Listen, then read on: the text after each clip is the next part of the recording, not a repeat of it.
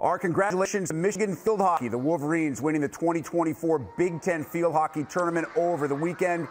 Michigan knocks off #1 nationally ranked Northwestern. The Wildcats had been previously undefeated before that loss. This after the Wolverines scored with just 4 seconds left in the semifinal to force a shootout, which they would win to earn a bid into that championship game. And with that championship, the Wolverines also qualify for the NCAA Tournament as the Big Ten's auto qualifier. They will open up against Virginia. Maryland gets into the tournament as well. The Terps will take on Duke. Northwestern is the #2 overall seed. That means they get an opening round bye. But if you're paying attention and looking down the line, the Wildcats and the Wolverines are on the same side of the bracket. And it is time for our big interview. As you may have guessed, the focus is Michigan Field Hockey. Marcia Pankratz, head coach of the Wolverines, is with us. Coach, I know you're just a day removed from the championship, but since you hoisted the trophy, you also found out your NCAA fate. You're now getting ready for Virginia. Were you and the team actually able to embrace and enjoy the moment? Yeah, I think so. It was an epic weekend for, Big Ten field hockey in general, and we're just so proud of my team. I think they played their hearts out, and it was a great win, and we enjoyed after the game a little bit before the flight and the travel home. It was an exhausting weekend. 3 games in 4 days is not an easy thing. So they're going to rest today, and then we'll get after getting ready for UVA. I mentioned the Northwestern had been unbeaten until you took them down in that championship game, but you also took them to overtime during the regular season in what was their most tightly contested regular season game. So with all that experience and the knowledge that you have of their program and that they have of yours, what was your approach heading into that championship match? Well, I'll tell you, Northwestern is a phenomenal team. They've got so much talent at every line and every position. They have so much speed and experience. Their goalkeeping is tremendous. So, they are all that you can handle. And so I thought our team stuck to the game plan really well. We tried to shut down Maddie Zimmer as much as we could because she's just phenomenal on every level. And, it just worked out in our favor this past weekend. How were you able to get the lead and then maybe more importantly, keep Northwestern's explosive offense off the board entirely? Yeah, team defense, I guess, and maybe a little bit of luck. But Claire Taylor was amazing, and Peely was great back there. I think we double-teamed and triple-teamed the best that we could. And trying to, get a goal against those guys, I thought Alana put that in. It was a really special goal. And, once we got that, we just were trying to preserve the win. So it was really fortunate that, our defense was just super solid yesterday.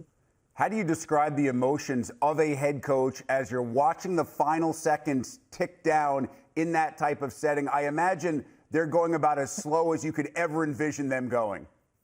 Yeah, it's crazy. It's totally nerve-wracking. It cannot go fast any slower. It just seems crazy. But yeah, super happy, a little bit surprised, but we'll take it. The last couple seconds I was joking with Claire Taylor. It's like, just take care of the ball in the final seconds. Instead, she decides to do this really difficult skill by throwing an overhead to the right where Ceza is. And I thought, oh my word, I think our whole bench gasped in the last 10 seconds, but it worked out in our favor. So he's glad about that. We were literally a moment away from seeing a different matchup in the final. You're down to Maryland in the semis with 4 seconds left, and you score to force overtime. We go to 2 overtimes. We go to a stroke off. You eventually knock off the Terps. Where does that rank, not among maybe your biggest wins as a head coach, but in terms of the most drama you've ever experienced as a head coach? Yeah, I'm sure it's right up there for sure. On Maryland's field, playing against a very, very talented, dangerous team in Maryland. They've got a crazy great team. Our kids were just resilient. I think they felt they were in it the entire time. Even when there was a goal called back, there was no quitting them at all. And for them to be able to finish with 4 seconds, and then go into overtime, double overtime. Erin Riley, 5-on-5, 100 meters for 20 straight minutes. She didn't come out of the game once. It was extraordinary. They were just warriors the entire day. And then Hala was great in the shootout. They had taken copious notes the day before when Iowa went with Maryland into the shootout. So Hala was super prepared, and she performed beautifully under pressure. So couldn't have been more proud of all of them.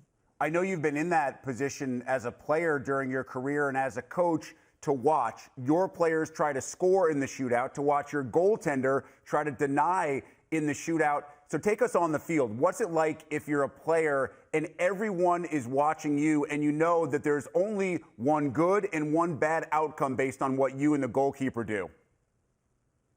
Yeah, I think it's like super silent. It's like a pin could drop in the stadium. So it's could be nerve-wracking, but you just have to have practice and feel confident in your preparation. I think if you feel confident in your preparation, then you go up there and just stay focused on what you do great and just execute it and don't worry about the outcome and just get it done. So that's we try to harp with the players on both ends, and it worked out well for us on Friday.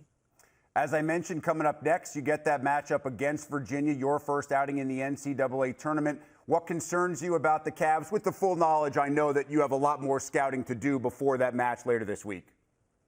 Well, they're very talented. They've got a lot of skilled players in a lot of positions. They're very experienced. They play in a conference in the ACC that game in and game out is a battle, and they're playing a high level of competition all year long. So they're going to be seasoned and ready to go. So it's going to be a great matchup, and we're looking forward to it. Marcia, what was it like in the Big Ten this year, not just in the tournament, but throughout the regular season as well? Mentioned 3 teams that get NCAA tournament bids. Iowa also had a very good year at the start before slowing down a little bit. Describe for us what it's like to be able to get through this league and get to this point in the season. Yeah, I think it's a tremendous accomplishment. I think the Big Ten is just from top to bottom a great conference. I mean, any of those teams, Rutgers, Iowa, Ohio State, every single one of them could Rutgers play in the NCAA tournament. We're all about even. I think sometimes it just is a play here and there that separates all of us. I'm a little bit disappointed. Only 3 teams got in from the Big Ten because I think all of those teams could compete.